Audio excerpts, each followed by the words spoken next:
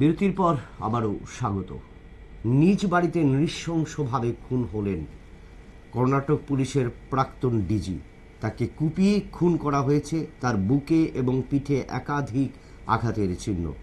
সন্দেহ করা হচ্ছে তার স্ত্রী এবং মেয়ে এই খুনের সাথে যুক্ত। আটক করা হয়েছে তাদের, তাদের জিজ্ঞাসাবাদ চালাচ্ছে। সমস্ত বিষয়টা আমি জানবো। আমাদের প্রতিনিধি রয়েছেন রাজীব দত্ত। রাজীববাবু, কি জানা যাচ্ছে যে একজন ডিজি, প্রাক্তন ডিজিকে খুন করা হয়েছে নৃশংসভাবে এবং তার নিজ বাড়িতে, এবং তার সন্দেহ, এই খুনের সন্দেহ আসছে তার স্ত্রী এবং মেয়ের দিকে। হ্যালো হ্যালো হ্যালো কি হ্যালো বোঝা যাচ্ছে যে একজন প্রাক্তন ডিজি খুন হলেন এবং সন্দেহের তীর তার সহধর্মিণী এবং তার কন্যা, কি বলবেন সেই বিষয়টায়? দেখুন, প্রথমেই বলি যে গতকাল সন্ধ্যের সময় এই খুনের ঘটনা ঘটেছে বেঙ্গালুরুতে। সেখানে নিজের তিনতলা বাড়িতে নিচের তলায় তার দেহ পড়েছিল রক্তাক্ত অবস্থায়, মেঝেতে রক্তে ভর্তি। এবং যে ঘটনাটা, পাশের বাড়ির কারুর ফোন যায় পুলিশ কন্ট্রোল রুমে, এবং পুলিশ কন্ট্রোল রুমে ফোন যাওয়ার পর যে প্রাক্তন ডিজি, তিনি ওম প্রকাশ, 2015 সাল থেকে 2017 সালের কর্ণাটক পুলিশের ডিজি ছিলেন তিনি।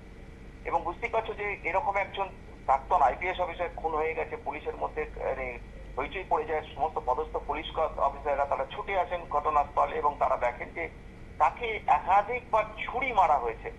তার বুকে, তার পেটে একাধিক জায়গায় বহুবার তাকে ছুরি মারা হয়েছে, এবং যেটা মনে করা হচ্ছে যে তাকে দড়ি দিয়ে বেঁধে এই ছুরি মারা হয়েছে।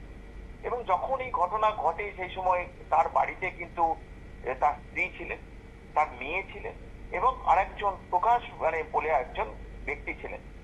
তো তাদের জিজ্ঞাসাবাদ করে পুলিশের সন্দেহ হয় যে তারা এই খুনের সঙ্গে যুক্ত হতে পারেন, এবং সেই কারণেই তাদের এখনো পর্যন্ত জিজ্ঞাসাবাদ চলছে।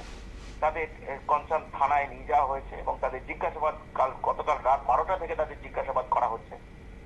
তো যেটা পুলিশের সন্দেহ যে খুন করেছেন তার স্ত্রী এবং তার মেয়ে।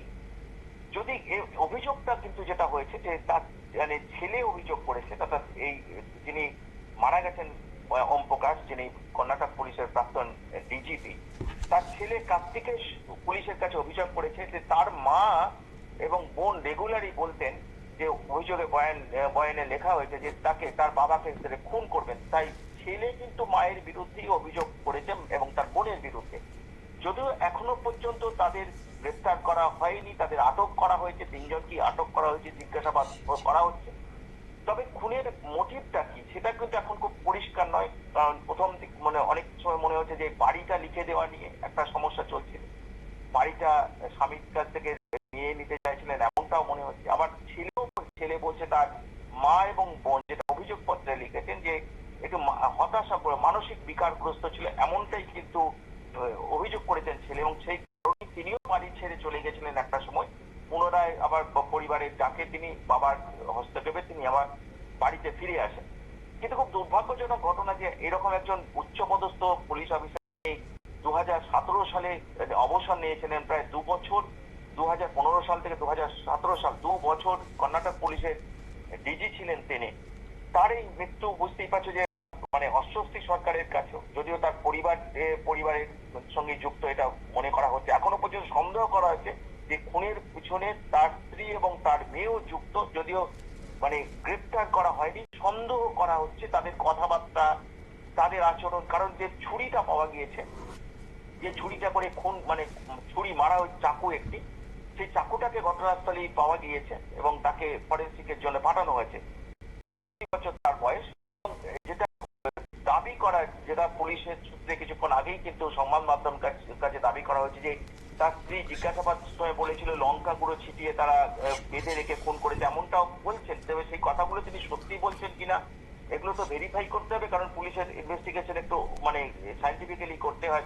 যতক্ষণ না পুলিশ নিশ্চিত হচ্ছে যে খুনের সঙ্গে তার স্ত্রী এবং তার মেয়ে যুক্ত, ততক্ষণ তাদের গ্রেফতার করা যাবে না। 12 ঘন্টা ধরে এখনো পর্যন্ত জিজ্ঞাসাবাদ চলছে, গ্রেফতার করা হয়নি।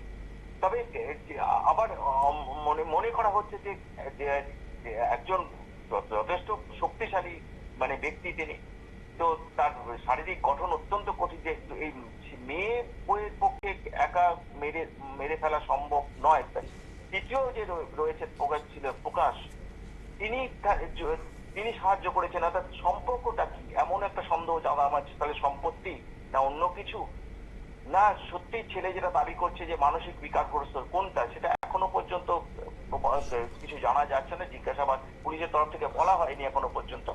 তবে নিশ্চিত এখনো পর্যন্ত পুলিশ প্রাথমিকভাবে নিশ্চিত তার স্ত্রী পল্লবী এই ঘটনার সঙ্গে, এই খুনের সঙ্গে যুক্ত এবং তার মেয়েও যুক্ত। কারণ প্রাথমিকভাবে যেটা মনে করা হচ্ছে, মানে যেটা যে তার সেই সময় যখন খুন হয় সে তো বাড়িতে কেউ ছিলেন না, তো তারা তিনজনই ছিলেন, স্বামী স্ত্রী এবং তার মেয়ে, স্বামী এবং মেয়ে, স্ত্রী এবং আরেকজন ব্যক্তি ছিলেন, তারাই যুক্ত। কিন্তু মানে তিনজনের কথার সঙ্গে কারোর কোনো কথা মিল নেই। তো ঘটনার খবর পাওয়ার পরই কর্ণাটক পুলিশের বর্তমান ডিজিপি অলোক মোহন তিনি গিয়েছিলেন ঘটনাস্থলে। বাঙ্গালুর সিটি পুলিশের যিনি কমিশনার বি দয়ানন্দ তিনি গিয়েছিলেন ঘটনাস্থলে, এবং কমিশনার বি দয়ানন্দ তিনি নিজে কথা বলছেন তার স্ত্রীর সঙ্গে, অর্থাৎ এই পল্লবীর সঙ্গে কথা বলে জানার চেষ্টা করছেন। এখন দেখা যাক যেটা কতক্ষণ মানে পরে পুলিশ সরকারিভাবে জানায় যে তার স্ত্রী এই খুনের সঙ্গে যুক্ত। তবে অত্যন্ত একটা দুর্ভাগ্যজনক ঘটনা।